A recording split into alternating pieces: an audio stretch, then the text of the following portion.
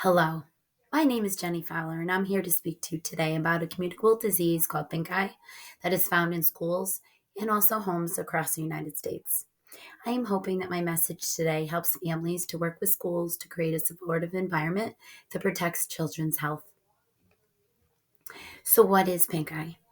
According to the Center of Disease Control and Prevention, it is also called conjunctivitis. It is inflammation of the thin, clear tissue that lines the inside of the eyelid and the white part of the eyeball. So, the blood vessels in the eye appear more visible, and the infected eye looks more pink or reddish in color, thus the name pink eye. Some of the symptoms of pink eye might include, as we said, redness or swelling, watery eyes, a gritty feel, itchiness, irritation, or burning of the eye. There sometimes even is a little discharge, especially a little bit of crusting of the eyelid, especially upon waking. So, once again, according to the Center of Disease Control and Prevention, it does and can affect both children and adults. It is one of the most common and treatable eye conditions in the world. In fact, children in U.S. public schools miss about 3 million school days each year due to pink eye. However, as said before, it is the most common and treatable eye conditions. So, it is important to understand some of the symptoms of pink eye. Again, if the eye appears itchy and burning, if it seems to be tearing often or have discharge or crusty eyelids, it is possibly a symptom of pink eye. There are several types of pink eye, in fact, about three. Both bacterial and viral conjunctivitis are both caused by either different bacterias or different viruses, and those are very contagious forms of pink eye. There is also called allergic conjunctivitis, causes by allergens such as pollen from trees, plants, grasses, weeds, dust mites, molds, pet dander, certain medications, even, and cosmetics. Because these are caused by outside allergens and not a bacteria or virus, as previously mentioned, it is not typically a form of contagious conjunctivitis. Now, there's also conjunctivitis that could be caused by certain irritants, such as when kids use the swimming pool and they're exposing their eyes to chlorine, or possibly outside irritation such as smoke and dust. It can also cause a ready irritation to your eye. Again, these are not contagious. However, it is possible to develop a secondary pink eye infection caused by viruses or bacterias that can follow these. So it's best to make sure you follow precautions that will be mentioned soon. So, again, what are schools actually able to do to prevent the spread? As suggested in the book, the textbook Health, Safety, and Nutrition for the Young Child by Lynn R. Moratz, she states that teachers have an obligation and responsibility to help protect young children that they teach from communicable diseases such as pink eye.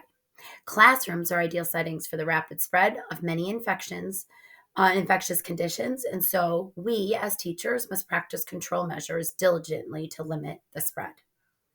It is also stated in this book, Health, Safety, Nutrition for the Young Child, certain preventative measures that can happen in schools, such as teachers' daily health observations.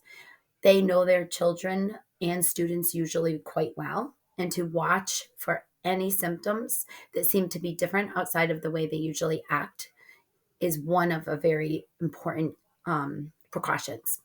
Also, to take steps to ensure that children who are ill remain home and do not enter the school setting until they are no longer contagious and that they also feel better. It is also required U.S. infection control precautions. The U.S. Department of Labor's Occupational Safety and Health Administration, also called OSHA, set regulations in the child care programs to develop and practice universal infection control precautions to make sure that teachers and schools, as well as the children that they teach, remain safe. And so by handling bodily fluids within the school setting, it can help ensure that illnesses are not spread.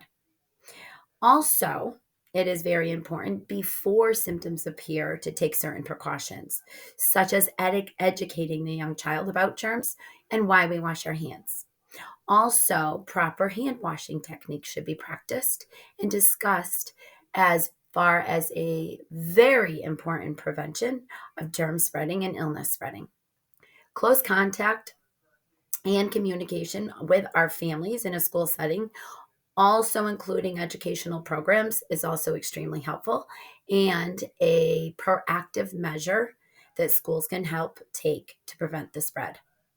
Now, that takes us to what families can do to prevent the spread.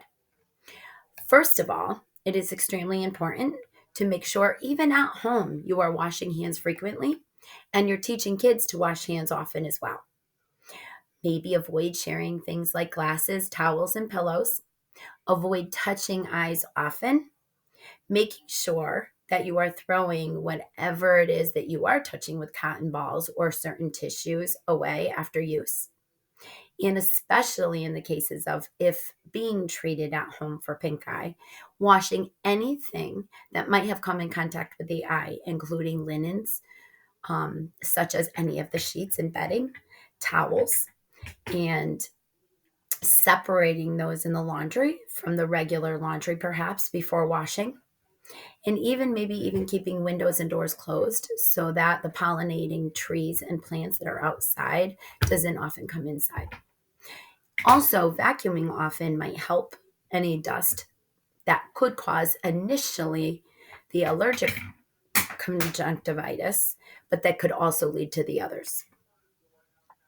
Now, as far as treatment, if you have any questions, obviously call your doctor or the advice of a pediatrician. Definitely please follow the school policies and guidelines um, that are stated in regards to illnesses and attendance, so that together schools and families can take steps to ensure that the spread of pink eye or conjunctivitis can be stopped. That was a lot of information. However, there is a plethora of more information on the Center of Disease Control at cdc.gov. And if you search up either pink eye or infectious conjunctivitis, you will find additional information on that website. I hope that this message has been helpful and that we can continue to work together to create a supportive environment that protects children's health. Thank you.